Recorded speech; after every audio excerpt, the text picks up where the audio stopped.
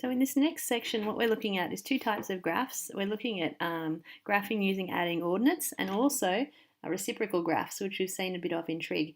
Well, the first thing I'm going to look at here is adding ordinates, and that's where you have two or more graphs that you're adding together. So separate types of graphs, you know, linear or quadratic or hyperbola or truncus, things like that, where you add them together, and then you have to actually combine the different parts of those graphs into a new graph. Now, the key things to look for is that if you're looking at graphs that have the same ordinate, so that's how we could write that actually as an intersection. Then the new point, the new coordinate will be double that particular point. If the graphs have opposite ordinates, ordinates are coordinates, okay, essentially what we're looking at. If they're opposite, then those particular ordinates will cancel out, okay, and you'll have a zero there or an intercept. And the other thing to look for is when you have one of the two ordinates being 0, the resulting ordinate in your new graph will actually be the other ordinate. And that's because, say for example, you have 1 point up here and 1 point here. Well, adding those together, it's still going to be here, your new point. So it's all about adding those points together and trying to understand what happens when you have 2 points that are equally opposite each other. Well, the new point would be here. Positive plus a negative of the same magnitude will be 0 as a new ordinate. And so you're basically doing that all along a graph to create your new graph. Now, the key things to look for are vertical asymptotes, so any values you can't have for x because of the denominator. You're also going to look for what happens as x approaches plus or minus infinity to find what are called non-vertical asymptotes. Also look for your x and y intercepts as you normally do for a graph, and your turning points. And what I should say here is your turning points are when your derivative is 0. Try and find those coordinates. Okay, so the first graph we've got here, let's get rid of that, is we've got r provided that we don't have 0, so that's because we have x here as a denominator, and we have the function being x squared plus 1 over x, and we have to sketch that graph. So what we're going to do first of all is tick off these things as we go. So vertical asymptotes, we know straight away that we have a vertical asymptote at x equals 0 because we can't have x equal to 0. So that's done. The next thing we're going to do is look at what happens as x approaches infinity. Now what I'm going to do is I'm actually going to take our function x squared plus 1 over x, and I'm going to split it up into x squared over x plus 1 over x. And I know that that can also be then written as x squared on x is just x plus x to the minus 1, like that. Okay, now I might just leave that as 1 over x for now so we can see it a bit more clearly. So for this particular function, this is what this is, just written in expanded form. So as x approaches infinity, you can see here that the function will approach, this will get really, really big. So the function will basically end up being whatever this x is. Okay, so whatever x is, some big function. But you see that this term here would be 1 over something big, you know. So that particular thing is actually going to disappear. So what you have, it's something called a transient term. So it's a term that actually disappears. So as x gets really big, this particular term is going to approach 0. So as x approaches infinity, this term, 1 over x, approaches 0. So this will disappear. So our function, this f of x, will actually start to turn into just x. And this particular value here, x, or this function x, is what we call a non-vertical asymptote. It's also sometimes called a behaviour line. I often call it a behaviour line because it's a line that the function will approach and start behaving like as x gets really big. So it's a non-vertical asymptote at that function. So I'm just going to get rid of this stuff. I'm just going to put a box around this because this is actually the function we're going to be working with. So we've got our non-vertical asymptotes. What I'm going to do now is just do a really quick sketch of what this looks like. So I'm going to do my axes. I'm not even going to make it very big to start with, just so we get an idea. There's y, x. Now I'm going to do these two graphs in different colours. So the part here, x, I'm going to graph it, but I'm going to use dotted lines for graphing it because it's not really the graph I'm interested in. It's just helping me to graph the graph here.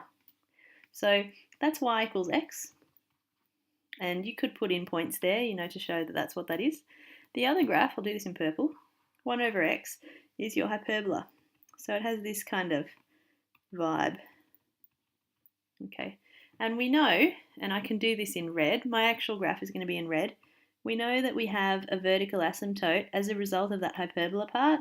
We have a vertical asymptote at x equals 0. So we know that. Now what you can see here is the two graphs, we're going to combine these together to find our new graph.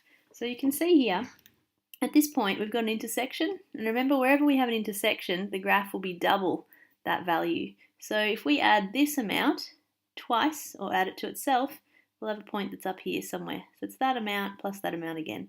Same here, that amount plus that amount again gets you about there.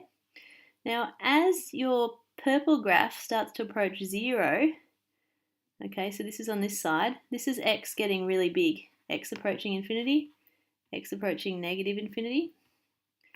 This particular part, oops, I'll just write that infinity again.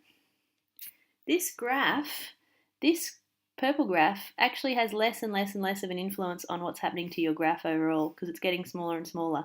So this graph starts off sort of going and doing what the purple graph is doing, oops, and then it starts to approach x instead. So I'll actually do that just a bit clearer, like that. So our graph starts to behave like x, and this is this non-vertical asymptote we were talking about, this y equals x, or f of x equals x. And the same thing's going to happen here. This graph starts to become 0, so the graph just starts to approach that line y equals x. Here, you can see the purple line is getting huge, so you're getting to infinity. At this point, the green line is 0.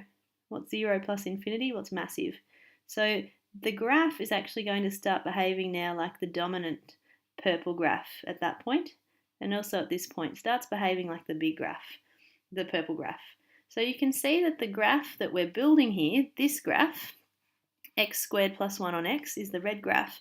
It has two parts that are symmetric. They have a turning point here, which we're going to find in a second, and they've also got two asymptotes, a vertical asymptote and this non-vertical asymptote at y equals x.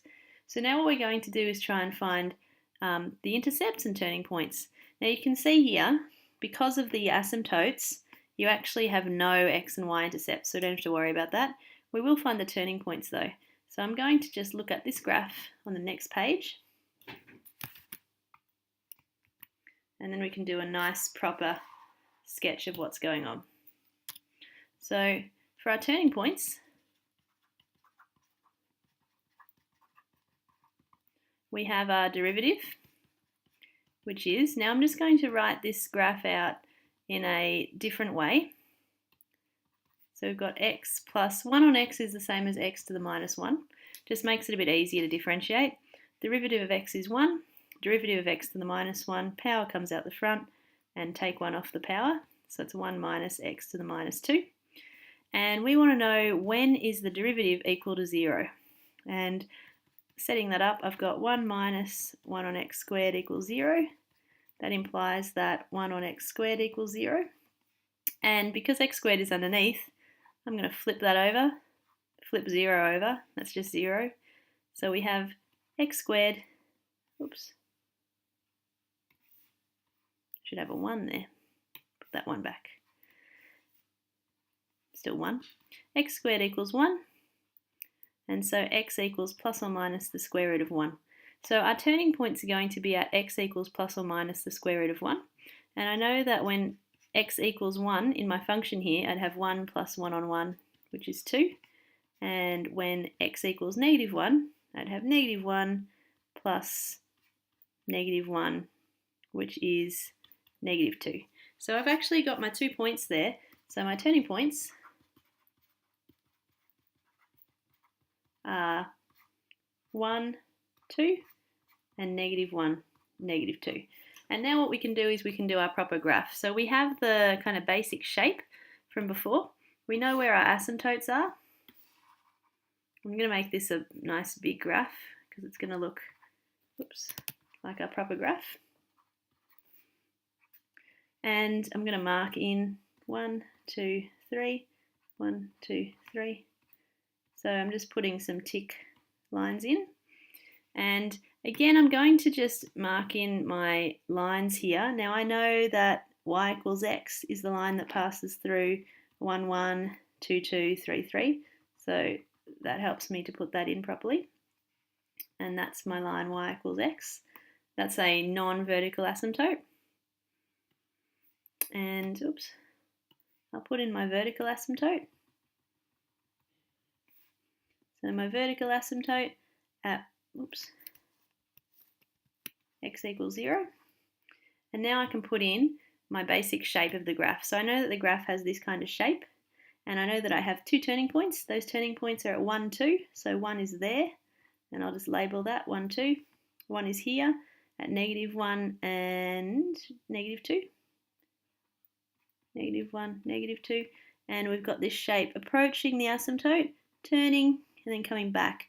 Make sure that when you're drawing these, it's a little bit hard with this pen, but that you show your, I might do that again, show your graph approaching the asymptote, but never show your graph turning away from the asymptote. It always has to be going towards that asymptote and off into space. This sort of should go a bit more.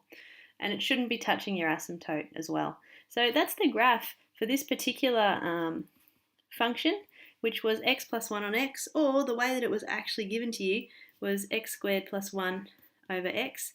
The graph has 2 parts here that are symmetric with a non-vertical asymptote, and you could write there non-vert asymptote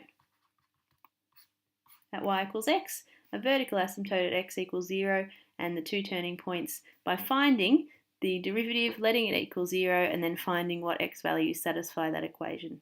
So that's the idea of adding ordinates, finding the 2 graphs, putting them down, plotting them, and then figuring out where your graph would be when you add those together.